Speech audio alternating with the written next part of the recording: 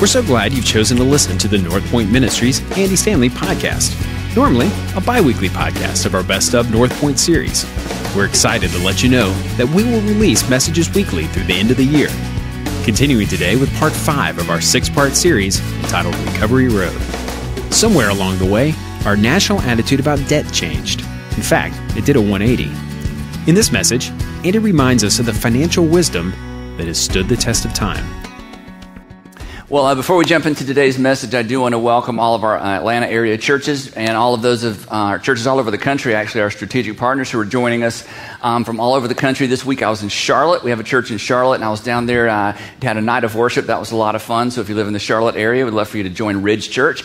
And then also, for those of you joining us online, we're now online 9 o'clock and 11 and some other times during the week. So for those of you joining us online, literally, and this is so cool to me, really from all around the world. We have anywhere from 30 to 40 different countries, people from 30 to 40 different countries in every state, every single Sunday that join us online for absolutely free, which is incredible. And for those of you who are actually giving online, that allows us to do that. So that's pretty cool. We're in this series, if you're just joining us online or live in the building, Recovery Road, and we're coming toward the end. Today's part 5. Next week is part 6. And I promise that'll be the end. Originally, I said I'm going to keep preaching on this until we recover, and I realized that just don't have that much to say. I think it might take us a little bit longer. Now, to get started today, I want to give you a little quiz, and this is sort of in the category of some things never change. Let me read this to you. It's pretty interesting. The budget should be balanced. The treasury should be refilled, public debt should be reduced, the arrogance of the officialdom should be tempered and controlled, and the assistance to foreign lands should be curtailed, lest blank become bankrupt. People must again learn to work instead of living on public assistance. Anybody know where this happened? Okay, Rome. Cicero, 55 BC. Wow, some things never change. Isn't that interesting? Now, when we started this series, we said the thing that has gotten our nation's attention is the financial crisis, but we said at the very beginning that our country doesn't have financial problems. Our country has spending problems, discipline problems. We're the most prosperous nation in the world, and we have abused our prosperity, but just like individuals, nations really don't stop and reflect and realize they have to change until things get tight financially. But same for you as well. As a pastor, I've, through the years, met with many people who have addictions, and oftentimes the thing that brings an addict to their knees is not necessarily the addiction. They run out of money for their addiction. It just takes health problems or financial problems to get our attention, and in the life of a nation, health problems and financial problems are pretty much the same. So today I want to focus in and talk specifically about the financial piece of our national recovery. Now, to do that, I got to take you back. When Sandra and I were first married, we went through a class or a course called Crown Financial Ministries. Many of you are familiar with Crown Financial Ministries, and it's a 10 to 12 week small group study about personal finances. And we were just married, and we wanted to do this right, and we were raised very similarly when it came to money, so we didn't have a lot of conflict there, but we wanted to get off on the right foot, so we took this class, and Al and Judy Kane led our class. And it was extraordinary. Memorized a bunch of verses, did a bunch of Bible study, asking the question, what does God have to say about finances?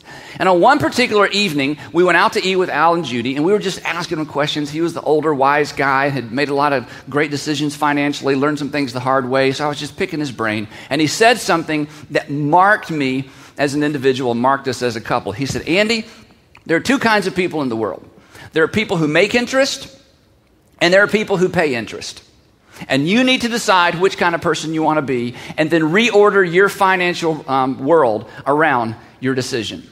And we got in the car that night and we thought, you know what, that makes a lot of sense. There are two kinds of people in the world. There are people who make interest. There are people who pay interest. Which one do we want to be? And so we decided that was how we were going to gear our financial lives. And we were pretty much on that page already, but I mean, we buckled down and decided. So we did some crazy things. We always gave first. We're kind of give first, save second, live on the rest. We were all about that. We decided no credit card debt. We've never had credit card debt. We decided we'd never borrow money for a car. We've never borrowed money for a car. We hadn't built our first home yet or moved into our first home, but we decided we were going to have a minimum of a 30% down payment. And if we didn't have 30%, we wouldn't get what we wanted, and we would just buy whatever we could buy, with a 30% down payment. We just kind of went extreme. We were going to be the make interest, not pay interest people. And we've done that since the very beginning of our marriage. Now, that's a little unusual, and I do want to be honest and tell you there's some problems with that approach to finances, and I want to just list them for you real quick. Here are the problems. The first problem is you can't have everything you want.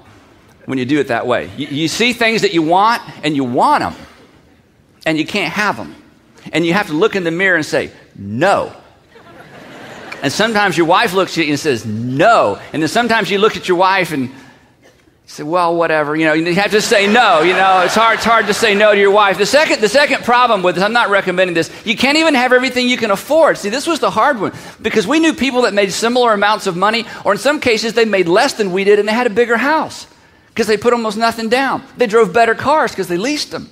They drove nicer cars because they borrowed money. Their lifestyle was ahead of our lifestyle, and we felt like we couldn't even actually get the stuff we could have afforded. The third thing is you have to live on a budget. Let's get on past that. And then number 4, and this is so un-American. When the money runs out, you have to quit spending.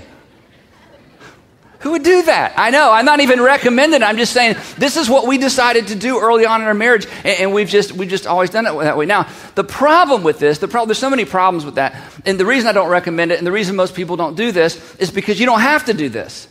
In the United States of America, it's so cool, and I'll go over this slow because this is kind of math, and I know we all kind of glaze over when people start talking about math. In our country, it's so cool because through credit cards, home equity lines of credit, you just get credit. You can reach, and maybe you know this, you can actually reach into your own future. It's a little bit like Back to the Future. It's kind of magic. You can reach into your own future, grab a bunch of money, pull it into the present, and spend it. That's amazing. You can reach into your own future, get a fistful of money, pull it into the present, and spend it now, and you can have now what you wouldn't been able to afford until later. It's so cool. You can have more, you can have better, you can have newer, and you can have it quicker. It's just absolutely incredible. And so we kind of just said, we kind of gave all that up to do this silly thing. And so we always felt a little bit behind. We always did. And people, we buy cars, you go and say, I'm going to pay cash, and they go get the manager, and he comes in and tells you about these good rates, and I'm going, really? I'd only have to pay that much a month instead of writing this big check, and it was always so tempting, and it's just, but we said, no. We remember what Al said. We want to be the make interest, not the pay interest people, even if it impacts our lifestyle. It's very un-American. We rarely meet people who've done that on any consistent basis, because we live in a culture that says just go ahead and reach into the future, get you a fistful of money, bring it to the present and spend it and jack up your lifestyle. Now, and that's a great system, as many of you know, for a while. But eventually, whereas in our case the money would run out, eventually in the other system the credit runs out, doesn't it? And the minimum payment on the credit cards gets large. And then there's a financial hiccup or a bump. Somebody loses a job, or a company gets downsized, or you just max out your credit line, but your spending habits are so ingrained, and they're actually habits. It's not just spending, they're spending habits, and suddenly you bump up against the edge of your credit. And when that happens, here's what you find true of that system. Number 1, you can't have everything you want. Number 2, you can't even have everything you once could afford. You have to go backwards. If you've ever had to go backwards financially or lifestyle, it's like somebody's like ripping a scab off, isn't it? It is so painful. It's stupid to feel that way, but to have to go backwards financially, it's agonizing. It's depressing. It just takes a shot at your ego if you're a man, and it's embarrassing to talk to your friends. Third, you have to live on a budget. And fourth, when your money runs out, you have to quit spending.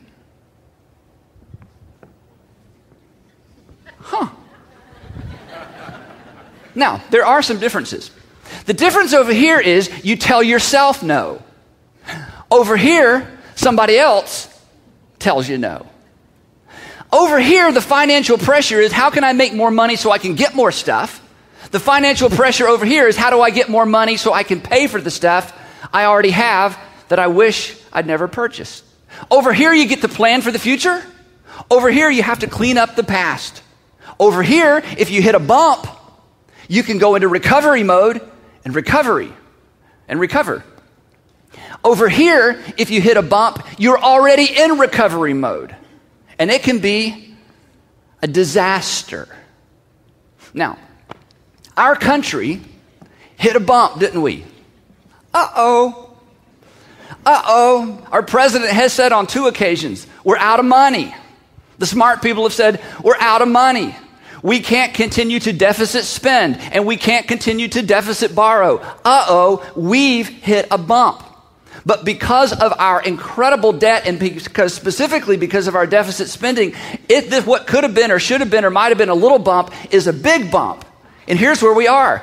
Suddenly we realize as a nation we can't have everything we want. The other day in the president's job speech, 2 times he was comparing and contrasting, and he said twice, there might have been more, but at least twice I heard, we can't have it both ways. We can't have both things. Suddenly we've realized as a nation we can't have everything we want. We can't have giant military, low taxes, $2 gas, entitlement spending, and everybody goes to college for free. We just can't have everything we want. We can't even have everything we used to be able to afford as a nation. And then this third one's real tricky.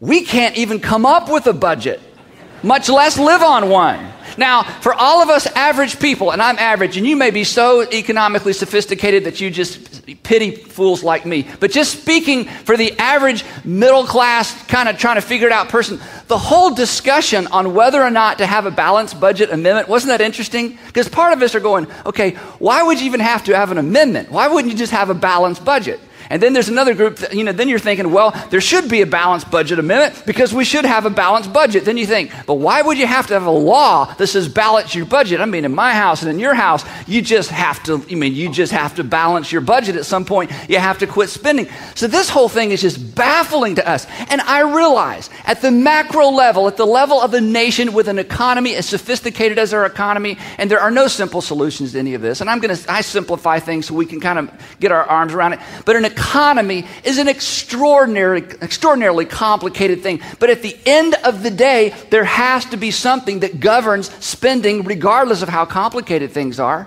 And then this fourth one, when the money runs out, you have to quit spending. Our country's never done that, right? Deficit spending. We don't have the money. We just keep borrowing so we can just keep spending. But consequently, like in your personal bank account with your personal budget, if you keep doing this, eventually what's a little bump becomes a bigger bump. And we as a nation, we've hit a big bump. It's a real big bump. And the thing that's somewhat tragic or so tragic about this, unlike other nations, this is amazing. Our money actually has a warning label printed on it. Now, not every nation has this warning label. We have a warning label on the back of our money, right here over the one. It says, "In God we trust." That's a warning. That's amazing. It is printed on our money. In God we trust. You know what that means? It means we trust in God, not these things. It's printed on the money. You know what else that means? We trust in God, or, in God we trust. It means that we trust that what God says about stuff is true. That what we believe that what God says about money is true. And even though we can't pray in schools and you can't pray before football games, we still, it's the national motto. Supposedly, think of this, the very thing that's gotten us in trouble, it's printed on the money. How crazy is that? Warning, in God we trust. Oh yeah, not in this thing. That's amazing, isn't it? Now, I realize the whole God talk and the economy, that's kind of weird, and we talked about that last week, and I don't want to go backwards. But the interesting thing is, God has said so many things through the scriptures, old and new. If you're Jewish or Christian, the answer is in our book. And what God has said about money, if we had paid attention personally, we would be here rather than here. And everything that we decided as a couple here came from the scriptures. And if we had followed what the scripture says about money nationally, we as a nation would be more here than here as well. It's so interesting. When God began his first economy, when God launched his first nation, his first civilization, his first people group, Israel, and it's such a fascinating story because God took a group of people that had no law, no rules, no culture other than a slave culture. They'd been in Egypt for 400 years as outcasts. All they knew was slavery. He pulls them out, the nation of Israel, puts them on their own piece of real estate and says, now we're starting from scratch. Brand new country, brand new real estate. All you know is slavery. Now, from the very beginning, I want to tell you how to act. And so much of what God said to the nation of Israel when he launched the nation of Israel had to do with money and finances, because he knew at the end of the day, as the money goes, to some extent, the nation goes. Jesus said it this way: as your money goes, your heart goes. If you want to know where your heart is, look in your checkbook, not in your Sunday morning church attendance. As your heart goes, your money goes, and as your money goes, your heart goes. So when God established the nation of Israel, he had so much to say about money. I want to read you a couple of verses that deal specifically with what God said to the nation about borrowing and lending. Imagine if we had maintained this perspective on our money as a nation. And by the way, in the earlier part of our history as a nation, our leaders did view money this way. Here's what he said. The Lord will open the heavens, the storehouses of his bounty. He's making this promise to Israel as they're being established as a nation, the book of Deuteronomy, where he's reiterating some things he had said earlier. The Lord will open the heavens, the storehouses of his bounty, to send rain on your land in season and to bless all the work of your hands. And then he says, let me summarize how good it's going to be. You will lend to many nations. You will borrow from none. You will lend to many nations. He says, when the evidence that things are going well for you as a nation is that you will have margin, you will have extra, and the surrounding nations will come to you for loans, and you will make interest, but you won't be a nation that pays interest. And I'm going to bless you in such a way, and the way that you'll know that you're being blessed is that you'll be a wealthy nation. And wealthy nations don't borrow money. Wealthy nations loan money. Evidence that things were going well for Israel was the fact that they would be loaners, not borrowers. Now, the interesting thing is that used to be an indication of wealth in this country. A long time ago in this country, the wealthier you were, the less likely it was that you'd have any debt. Why would you have any debt? You're wealthy. Rich people don't have debt. And middle class and lower middle class and poor people, when they wanted stuff that they couldn't get, they didn't go into debt either because debt was bad. Debt is bad. Debt is an indication that things aren't going well for you. Debt is an indication that you're poor. Debt is an indication that you're lower middle class. Debt is an indication that you've not handled your finances very well. Debt was bad, bad, bad. So your grandparents were growing up and my grandparents were growing up, they didn't have credit cards. They had this thing right here. Remember this? It's a Hebrew term. It's La Yahweh, which translated into English is layaway, right?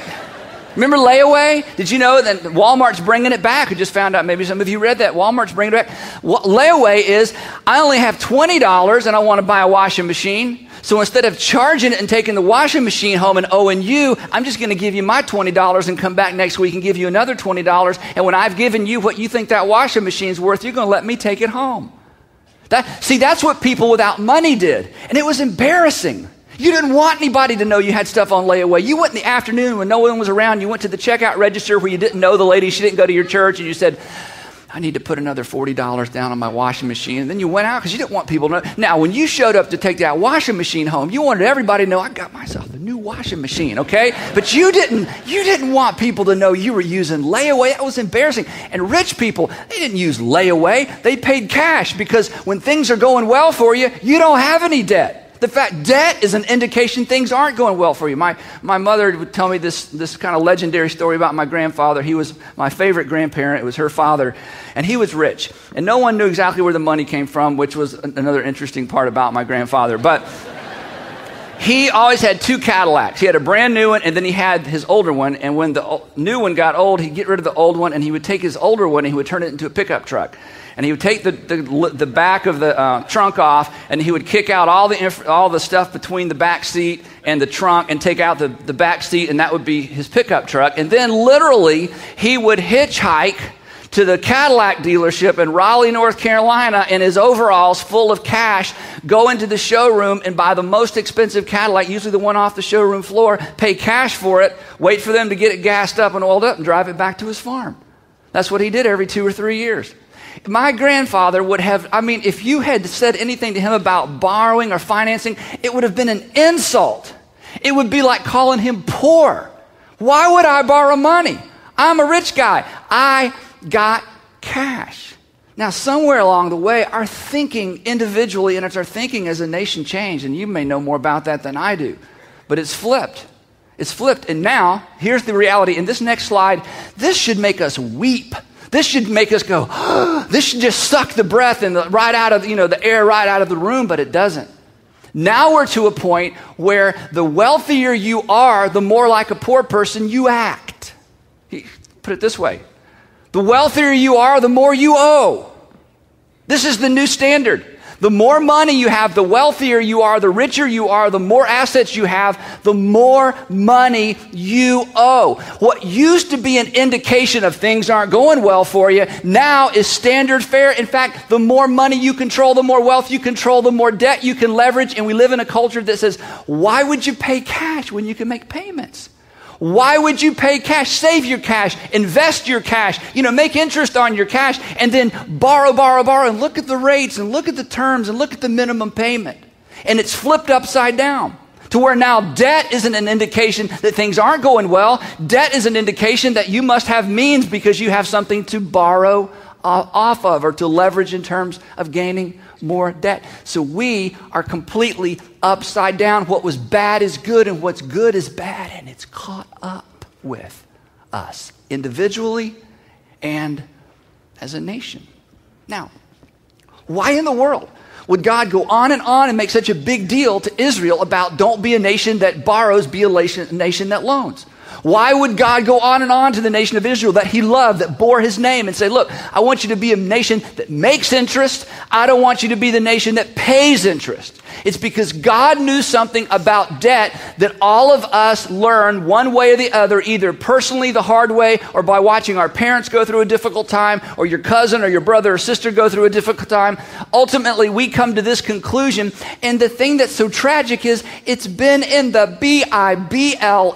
Oh, that's the book for me for hundreds and hundreds and thousands of years. This isn't new information. This isn't, have you read the latest? This has just been hanging out there. This has been in that book you can't read in school anymore, but oh, if we had. Here's what one of the wisest men or the wisest man who ever lived said. We've looked at this verse before. Here's why God was so over the top about the nation of Israel being a loaner and being a lender and not someone who's a borrower. The rich rule over the poor. It's just always going to be the case. The rich rule over the poor. They're just going to rule over the poor. Is it fair? It doesn't matter if it's fair. It's reality. The rich will always have the upper hand over the poor. And the parallel idea, because they come together, and the borrower, which in the old days was the poor person, and the borrower is slave to the lender, which in the old days was the rich person. So God says to the nation of Israel, and he says to you and to me, look, when you owe, even if you owe on purpose, even if you signed up to owe, even if you wanted to owe, at the end of the day, you become a slave to the lender. Now, some of you are experiencing this right now. And do you know what kind of attitude you have toward your owner? Bad attitude. Bad attitude. Even if you said, Bank of America, I want to owe you this money. Now when that little bill comes in, you don't say to your husband or your wife or your roommate, oh good, I can't wait to see what's in here. You just kind of leave it sitting there. You don't even want to know. You don't like Bank of America. You don't like SunTrust or the credit union, and it's your own fault. But do you know why you kind of get about all that?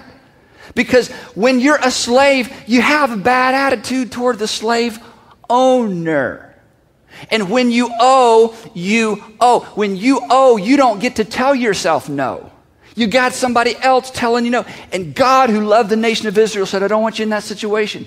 Even if you think owing money is going to advantage you, at the end of the day, you are a slave to the lender. The borrower is always slave to the lender. And God says to the nation, I don't want you to be a slave.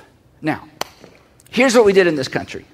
This is amazing. Somewhere back a bunch of years ago, it flipped. And all of a sudden, the more you had, the more you could borrow, and that became the acceptable thing.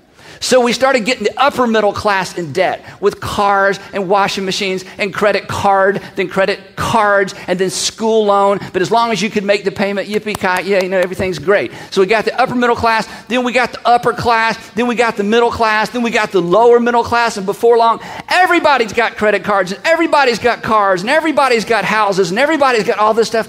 And then we started running out of people to get into debt, because everybody kind of maxed out their debt. But now we've got an economy that's fueled by signing more and more people up for debt, for debt. I mean, that's what runs the economy. So then some really smart people thought, okay, got the rich people, got the upper middle class, got the middle class, got the lower middle class. Who else? Who else can we get? I know, the young and the poor. We haven't gotten the young and the poor in debt. So let's figure out a way, how do we get the young people? And then now we've got a lot of the young people because they got those college debts, they're going to pay the rest of their life. But how else? The young and the poor, the young and the poor. And they came up with this brilliant idea of what was called and what is called a subprime loan. Now, I know most of you already know what a subprime loan is, and I'm going to insult your intelligence by giving you a definition, but you might be new and you haven't caught up with the intellectual superiority of our churches. If you come here for after a while, you're going to be more intelligent than the average person in the community, so you're new. So let me just, at the risk of insulting your intelligence, tell you what a subprime loan is. Subprime loan over here. A loan offered at a rate, sub means sub. Above means above. Well, anyway, okay, a loan offered at the rate above prime, that means it's more expensive than the average loan, to individuals who do not qualify for prime rate loans. What? Yeah. See, there are people that were too poor to get into debt. And we thought, that's not fair. Rich people have debt. Poor people should have debt. That's not fair. Old people have debt. Young people should have debt. And these young poor people, all they have is credit card debt. That's not fair. They should get to have house debt like everybody else. But they don't qualify for normal loans because it's too risky. So let's charge the young and the poor more interest to get them into something that they probably can't afford. And so because of subprime loan, it was such a brilliant idea. At the end of the day, we had everybody from the richest to the poorest in debt. And then the music stopped. And isn't it interesting that most experts would agree that this was the final straw in the housing industry? And guess who suffered / is suffering the most? The young and the poor.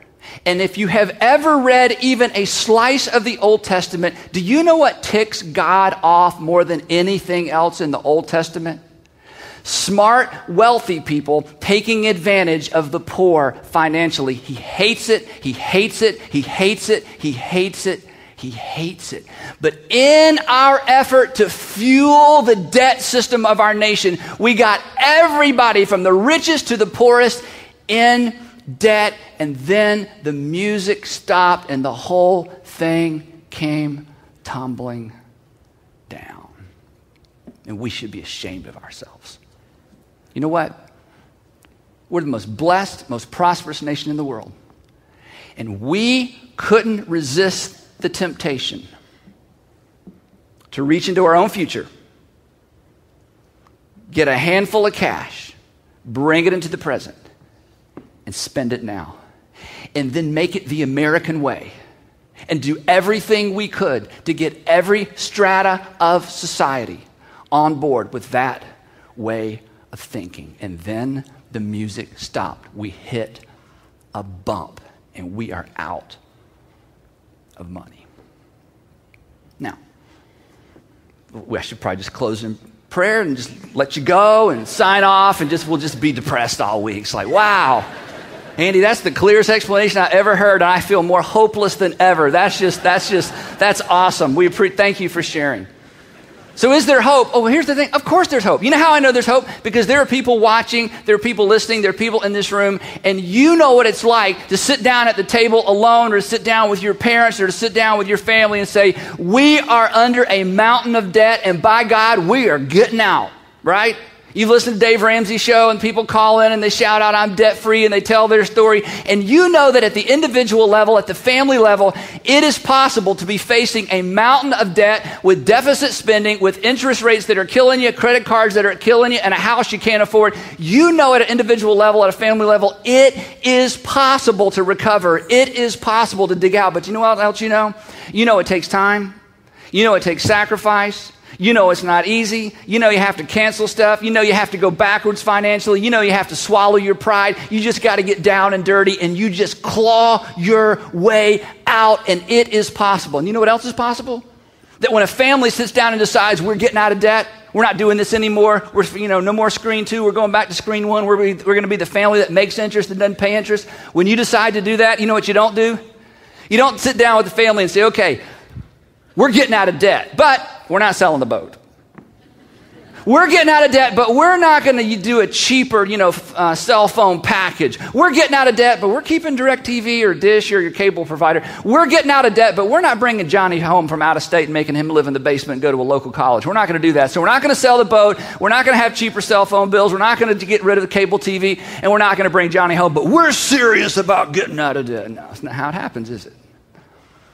You put everything on the table, because here's what smart people know. Smart people know this. The shortest path to financial strength is generally the best path. The shortest path. In other words, what is the shortest path from here to out of debt? What is the shortest path from here to financial strength? What is the shortest path from here to where I'm not a slave anymore? That's generally the best path. And whatever you have to do as an individual and whatever you have to do as a family to get from where you are to there is almost no sacrifice not worth making. Because once you're back up on top of the wave financially, you have options available to you once again. But for those of you who've dug out from underneath a mountain of debt, you know you don't mess around. You don't start qualifying and making concessions and sort of making up new rules as you go along. You just put it all on the table and decide, you know what? Whatever it takes, we're going to get there. But the question is, how do you do that as a nation? And the answer is simple. It's just not easy. You got to get some Nehemiahs in the room. Some Nehemiahs who decide, you know what? We are not sacrificing the next generation for the sake of this generation anymore. We're going to sacrifice this generation. So we don't have to continue sacrificing future generations. You got to get a group of people in the room who don't care about getting reelected because they probably won't be reelected. You got to get a group of people in the room who don't decide we're not going to blame this president, the last president, the one before him, or the one before. We're not going to blame anybody. We're all going to look at the mirror and say, you know what? We participated individually. We participated in the way we've run our politics. We participated in the way that we have bribed our way into being elected by promising our people stuff and promising people stuff and then getting elected and going, didn't work out this time. We're not going to blame anybody. We're just going to take responsibility. Hey, you'd have to have a group of people that doesn't care if the Republicans get credit or the Democrats get credit. You need a group of people that understand that fair is where you ride the merry-go-round. Okay? You have never made a tough decision that was fair. In fact, when you're in crisis, you don't worry about fair. You worry about resolving and solving the crisis. And then once you've solved the crisis, you can decide what is fair and what is not fair. But the problem in our country is you can't get elected saying any of the things I just said, right? You can't get elected saying it doesn't matter who gets the credit. You can't get elected without blaming somebody. You can't get elected without saying, hey, we're going to solve this, and we don't want to get it solved too quick because the Democrats will get credit. Let's wait for the Republicans to be in control, then we'll solve it. You can't get elected if you think like the way I just said. But that's why I love this series. Because at the very beginning, we said it's we, not they, right?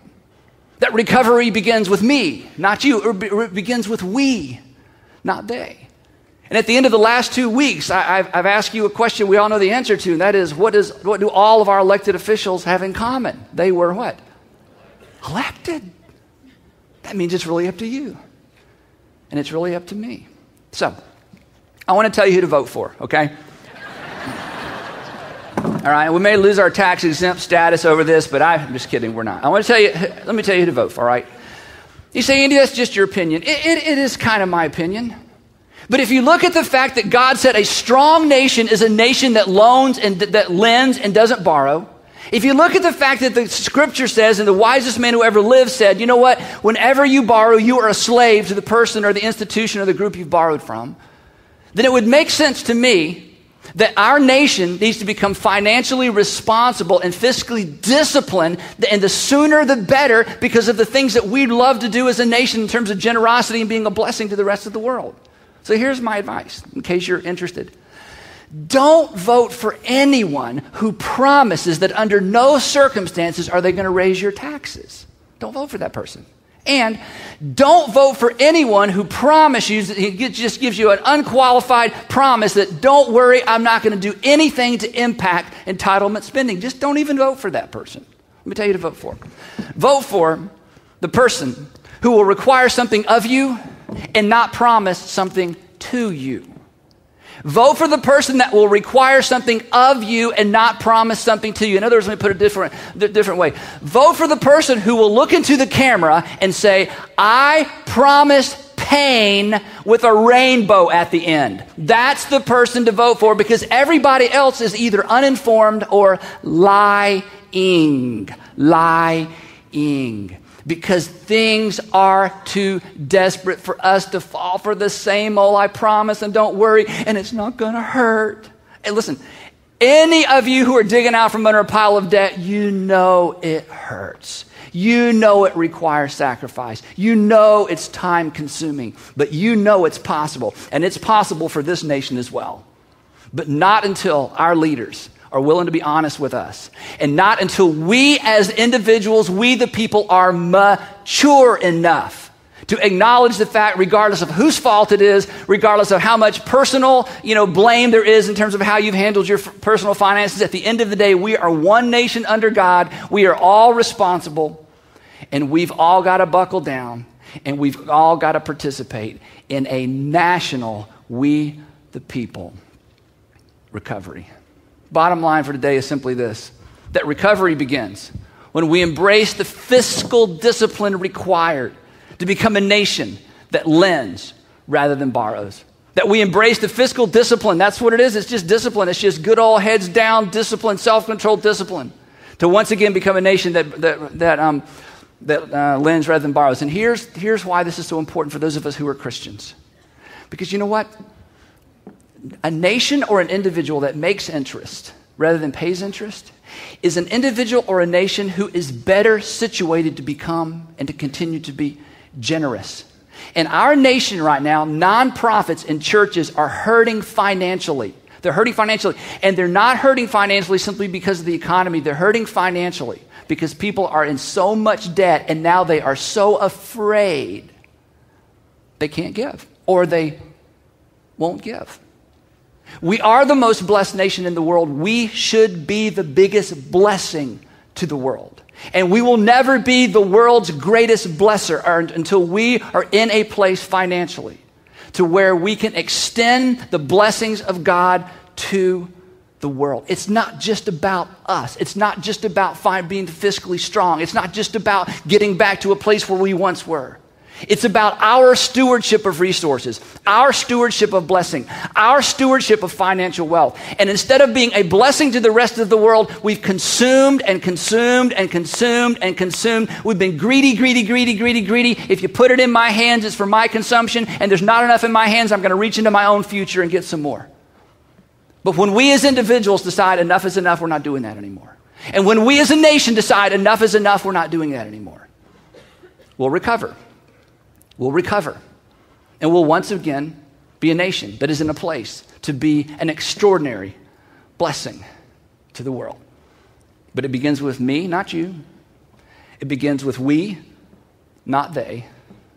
But if we'll do what we know we need to do, and if we'll vote the way we know we need to vote, then this nation will recover. And a bunch of us Christians, because there's so many Christians in this nation, a bunch of us Christians will be the first to give God credit.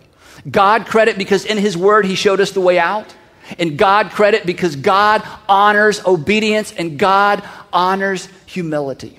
And God will honor the nation that lives out the motto printed on our money, in God we trust. So let's once again become individuals that make interest and don't pay it. And let's once again become a nation that's able to loan and to give rather than be beholden to outside countries and outside influences. Let's become a nation that's no longer a slave nation. Let me pray for you. Father, thank you very much for just the freedom to talk about these things. And thank you so much that in your word, you've made it clear. And we're smart enough to know it's not simple, but it's clear.